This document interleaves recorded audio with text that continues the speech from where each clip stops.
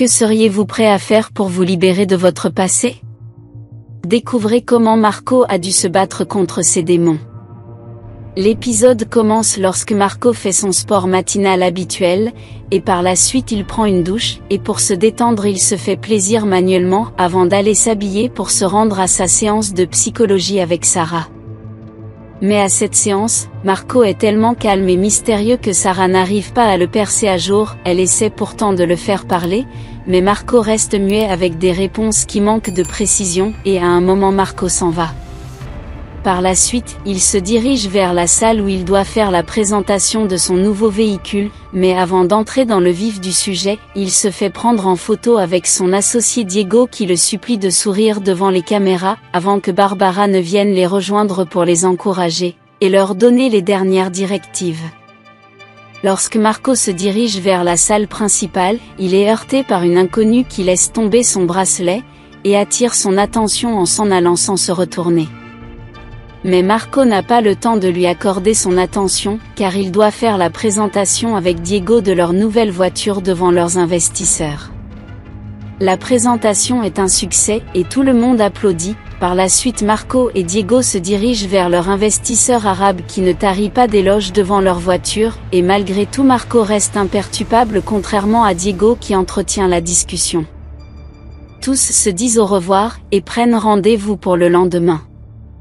Par la suite Marco s'en va à son tour et se dirige vers un lieu mystérieux, en effet dans cet endroit tout le monde est masqué et prend du plaisir avec n'importe quel partenaire, la seule règle est de ne pas montrer son visage.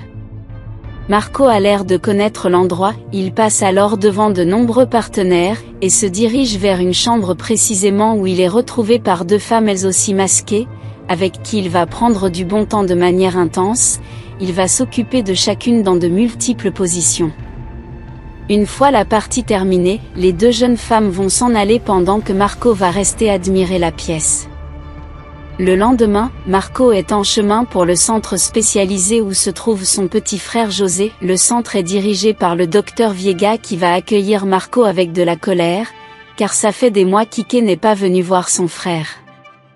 Sur le chemin Marco cherche à prendre des nouvelles de José, mais le docteur lui répond à peine. Quelques minutes plus tard, Marco rejoint José qui est en train de jouer avec Carole son assistante de vie, mais il arrête tout lorsque Marco arrive et saute dans ses bras. En fait Marco lui annonce alors qu'il lui a gardé un cadeau qui se trouve dans la voiture. José part le chercher mais quand il voit le cadeau, José est perturbé par le jouet qu'il n'aime pas du tout. Marco essaie de lui expliquer mais José ne veut rien entendre. À cet instant, José est incontrôlable et s'enfuit. Carole le poursuit pour l'empêcher de se faire du mal contre les murs, et fait tout pour le calmer devant les yeux de Marco qui n'a pas réussi à gérer la situation. Quelques minutes plus tard, Marco suit le docteur Viega qui veut lui parler de cette situation particulière. En effet pour elle, à chaque fois que Marco vient lui rendre visite à José il y a toujours ce genre de situation qui se crée, et pour elle c'est inadmissible, elle préfère alors désormais que Marco n'ait plus le droit de voir son frère. D'ailleurs ce ne sera pas difficile pour lui vu comment il vient que très rarement lui rendre visite. Marco est choqué par la nouvelle et n'est pas d'accord avec la décision, son frère est tout ce qui lui reste et il peut pas accepter se séparer de lui, elle n'a pas le droit de le faire, et il va employer tous les moyens nécessaires pour devenir son tuteur et l'enlever du centre puis il s'en va. Pendant ce temps, José a pu être calmé par Carole qui l'a même fait coucher. Au même moment au bureau, Diego est en colère car Marco aurait dû être présent pour les négociations ce qui n'est pas le cas, et ça le dérange beaucoup. Barbara essaie de le rassurer et lui donner quelques conseils et préfère qu'il attende Marco mais rien n'y fait. Diego est dans tous ses états et décide de faire sans Marco pour la négociation. Alors les clients proposent à Diego et Marco de faire affaire avec eux en ce qui concerne la mise sur le marché de leur nouveau véhicule, mais pour Diego les conditions de travail ne sont pas à leur avantage et décide de faire monter les enchères, ce qui ne convient pas aux clients qui décident de s'en aller. Au même moment Marco arrive, et Diego qui est en colère pour son absence lui explique la situation, et Marco prend les rênes. Il va dans un premier temps bloquer la sortie au client qui ne va pas comprendre ce qui se passe, jusqu'au moment où Marco va atterrir devant sa portière pour le convaincre de s'associer avec eux. Alors il va leur laisser une nouvelle chance. Marco va alors faire valoir les avantages de son projet et expliquer le pourquoi du prix. Investir en sa structure est un avantage incontestable pour les prochaines années. Après ce nouveau speech, les clients sont dubitatifs et finissent par accepter. L'affaire est enfin conclue. Par la suite, Diego veut savoir ce qui se passe et la cause de son retard, mais Marco ne répond pas et s'en va. Quelques heures plus tard, Diego arrive avec Eva pour le rendez-vous de travail qu'ils doivent avoir avec Marco. En effet, leur structure recherche une nouvelle employée et ils doivent lui faire passer l'entretien. Diego et Eva retrouvent donc Marco sur leur table préférée et d'emblée Marco met Eva à l'aise en termes de vin et de spiritueux, et veut connaître ses motivations pour travailler avec eux. Mais Eva recadre vite la conversation car c'est Diego qui est venu la chercher, et alors Marco lui demande ce qu'ils peuvent donc lui offrir pour qu'elle travaille avec eux et Eva donne ses conditions. Par ailleurs, elle présente un dossier avec les propositions qu'elle comptait faire pour augmenter la puissance de leur véhicule, et ceci leur permettra de monter au numéro 1 en termes de structure. L'entretien se termine et Marco fait savoir à Eva qu'on va la contacter. Une fois qu'elle s'en va, Marco fait savoir à Diego qu'il sait qu'il couche avec elle. Pour lui, la situation serait invivable car Barbara, sa femme, travaille avec eux et ça va compliquer la situation. À cet instant, Diego essaie de le convaincre mais Marco ne veut rien entendre et fait savoir à Diego que si on veut que Eva soit prise, il doit rompre avec elle puis il s'en va. Une fois à l'extérieur, il monte dans sa voiture et constate au loin Eva qui se fait mouiller par la pluie. Alors il l'invite dans la voiture, et quand elle entre il admire son corps de plus en plus, ce même corps qu'il a vu à la soirée. Il la laisse alors bavarder toute seule pour ne pas créer de familiarité entre eux. Lorsqu'il arrive, Eva le remercie pour l'accompagnement et fait savoir qu'elle était à la présentation, mais Marco le sait et lui dit d'ailleurs qu'elle a fait tomber un objet quand ils se sont rencontrés ce jour-là, ce qu'elle reconnaît et récupère. Dès que Marco démarre pour s'en aller, Eva prend le taxi juste derrière et le suit, mais pendant un moment il reste immobile car il écoute sa messagerie. Dans un premier temps, il écoute le message de Diego qui souhaite au plus vite parler avec lui. Puis il vient de recevoir l'appel de sa mère qui les a abandonnés avec José. En effet, elle souhaite le rencontrer au plus vite pour retisser les liens de famille. Mais au son de sa voix, Marco est déstabilisé et pour contrôler sa colère, il va appeler Sarah qui décroche, mais Marco ne dit rien à l'autre bout du fil, raccroche et reprend la route. Par la suite, Marco se dirige vers la maison close où il se livre à ses pratiques dans le plus grand secret. Il prend l'allée et comme d'habitude il observe un spectacle des plus enthousiasmants qui ne manque pas d'attirer son attention. De nombreux hommes et femmes qui se livrent à des pratiques de plaisir en toute liberté. De son côté, Eva dès son arrivée se plie au jeu et récupère le masque obligatoire dans ce genre de maison, et ignore Diego qui l'appelle et entre dans la maison où elle va voir de nombreuses dépravations auxquelles les personnes s'adonnent dans de multiples positions. À l'entrée, on va d'ailleurs lui demander de laisser ses habits dans un coffre afin de n'avoir aucun objet qui puisse révéler son identité. À cet instant, Eva est perturbée par ce qu'elle voit. Dans un premier temps, elle pense pouvoir suivre le rythme de Marco, mais elle constate que ce n'est pas vraiment son monde, elle préfère s'en aller. Pendant ce temps, Marco a trouvé sa nouvelle partenaire de jeu et commence alors à utiliser son corps comme il le désire. Par la suite, il va rentrer faire quelques mètres dans la piscine pour se changer les idées, et le lendemain matin pendant qu'il fait sa séance de dessin, son avocat arrive et les deux parlent de la situation de José. En effet, Marco veut devenir son tuteur, mais son avocat lui fait savoir que ce sera compliqué et que tout l'argent qu'il a va jouer contre eux. À cet instant, Marco est révolté et explique alors que ce n'est pas parce qu'il est riche qu'il s'en fout de José. L'avocat le comprend et promet de mettre tout en œuvre afin que leur démarche aboutisse, mais qu'il faudrait une raison plus que valable pour que l'État qui depuis des années a la tutelle de José accepte de lui confier, et il fait savoir qu'il faudrait surtout qu'il montre son engagement et sa disponibilité pour accorder à José toute l'attention dont il a besoin. Pendant ce temps au centre, Carole apprend à nager à José, il a vraiment l'air d'aimer l'eau et adore y patauger. Alors Carole décide de le laisser nager tout seul pour le rendre plus autonome, mais la direction du centre qui tombe sur ce spectacle va plutôt demander à José de s'arrêter et de venir vers elle. Au même moment, Carole va lui demander d'aller jusqu'au bout de l'exercice. Toute cette activité va embrouiller José, qui va commencer à se noyer. Carole va arriver à le sauver et va tenter de le calmer avant de partir au bureau de la directrice. Viega veut la voir car elle n'est pas d'accord avec sa méthode de travail qui pour elle met en danger la vie de José. Elle rajoute même que si dans son ancien Centrec était ainsi, chez eux ce n'est pas le cas. Pour elle, il faut tenir compte de la réalité des choses et ne pas donner de faux espoirs aux résidents, car à jamais ils seront différents et cette société ne manquera pas de le leur faire comprendre. Mais pour Carole ce n'est pas normal, en effet les centres souvent permettent aux personnes dans ce cas de savoir comment se comporter en société, pour qu'un jour ils puissent voler de leurs propres ailes. En effet ils ne devraient pas les faire vivre en dehors du monde comme des parias.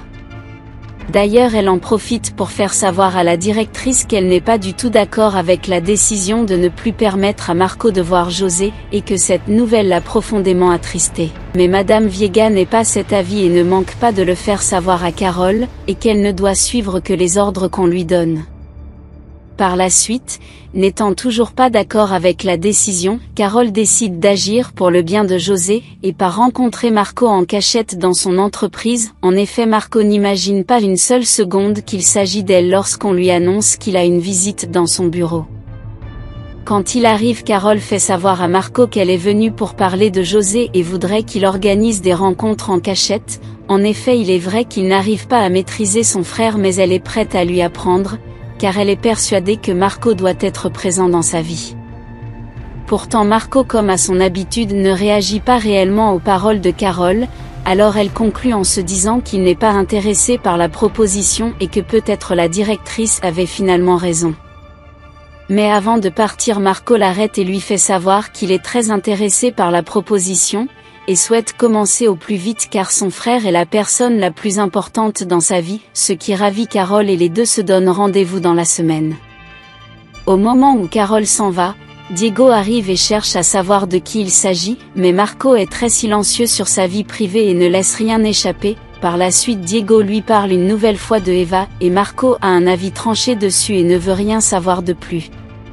Lorsque les deux arrivent à la réunion de groupe, Barbara leur fait savoir qu'elle souhaite parler avec leur nouvel employé. En effet elle était au courant du dîner et pensait que l'employé était confirmé, mais Marco lui fait savoir que rien n'est décidé.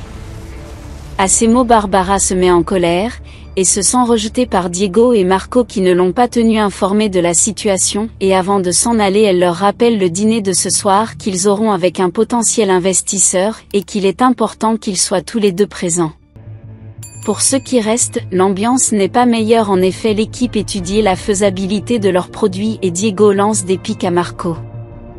Mais la situation atteint une tension maximale lorsque Marco, afin d'améliorer leurs produits, propose littéralement les idées de Eva comme si c'était les siennes, et ça Diego ne le supporte pas et préfère s'en aller. Les employés sont tous un peu perdus face à la situation et se remettent tout simplement au travail. Par la suite Diego part appeler Eva pour qu'il parle de la soirée d'hier, et du fait qu'elle soit rentrée tout seule. Eva le sent énervé et veut se faire pardonner, alors elle lui propose de le stimuler par téléphone. Au départ Diego dit ne pas pouvoir car il est au bureau malgré que Eva insiste. Alors elle passe à autre chose et parle de son futur poste dans l'entreprise. En effet elle lui demande si elle est embauchée et il lui fait savoir que c'est un détail et que ce sera le cas.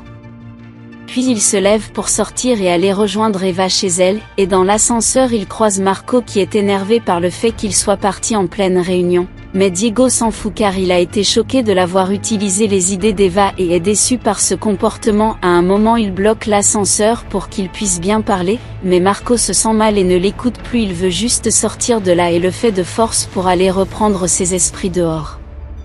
À cet instant, Marco qui est dans le brouillard voit une femme s'approcher de lui qui se présente comme étant sa mère. Marco ne tient pas à entrer en contact avec elle, et lui demande de partir sinon il va appeler la sécurité. Par la suite il entre dans l'immeuble et repart dans son bureau. Malgré ça, Marco reste très agité en faisant les 100 pas pour se calmer, puis il appelle sa sécurité pour vérifier si sa mère est toujours présente et il constate sur les caméras qu'elle n'est toujours pas partie. Face à la situation, Marco décide d'appeler Sarah qui était sur le point d'aller au restaurant avec son mari, du coup elle le laisse tomber pour Marco, elle réussit alors à lui parler quelques minutes avant qu'il ne raccroche. Quelques heures plus tard, Marco finit par accepter de rencontrer sa mère, alors on la fait entrer dans l'entreprise, et elle est surprise par tout ce que son fils a réussi à faire toutes ces années. Elle va l'attendre un moment dans le bureau et va s'occuper en visitant les lieux et en mangeant un peu. Puis Marco arrive et lui demande ce qu'elle veut exactement, pourquoi elle est là. Elle lui fait savoir qu'elle est fière de ce qu'il est devenu et qu'elle s'excuse pour tout ce qui s'est passé. Mais Marco ne veut rien entendre car pour lui elle les a abandonnés et elle n'a pas le droit de revenir ainsi dans sa vie après qu'il ait vécu un enfer quand elle est partie. Mais sa mère comprend et fait savoir qu'elle aussi vivait un enfer avec cet homme et que c'est pour se protéger qu'elle a dû partir. Elle veut revoir José. Alors après ces paroles, Marco n'est pas du tout d'accord avec et lui demande de s'en aller. Après son départ, Marco est dégoûté par son visage dans le miroir et casse une de ses récompenses. Pendant ce temps, Diego a rejoint Eva chez elle et veut lui annoncer le fait que Marco ne soit pas d'accord avec sa candidature, mais quand il est sur le pont de l'annoncer, Marco lui envoie un message pour accepter Eva et il l'annonce à Eva qui pour fêter ça prend du bon temps avec lui. Au même moment, Barbara vient le voir dans son bureau et ne trouve pas, elle le reverra au dîner du soir. Pendant le dîner, Marco a totalement la tête ailleurs et trouve une excuse pour s'en aller et aller nager à la maison pour se détendre, mais ça ne suffit pas, il a besoin d'un excitant. Le lendemain, Carole amenait de nouveau José au lac pour qu'il nage et l'ambiance dans la voiture est très bonne. Quand ils arrivent sur place, ils trouvent Marco qui les attend et lui et son frère partent nager ensemble sous le regard de Carole. Les deux vont passer un bon moment. Par la suite, Eva va le ramener au centre. Au même moment, Eva arrive et Barbara la récupère pour lui faire visiter l'entreprise, et elle tombe sur Diego qui récupère Eva pour aller signer son contrat.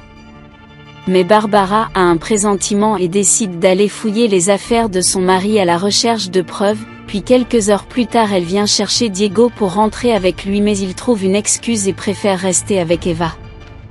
De son côté, Marco est troublé par la visite de sa mère et repense aux bons souvenirs qu'il a à ses côtés, puis appelle son détective privé afin qu'il fasse des recherches approfondies sur elle.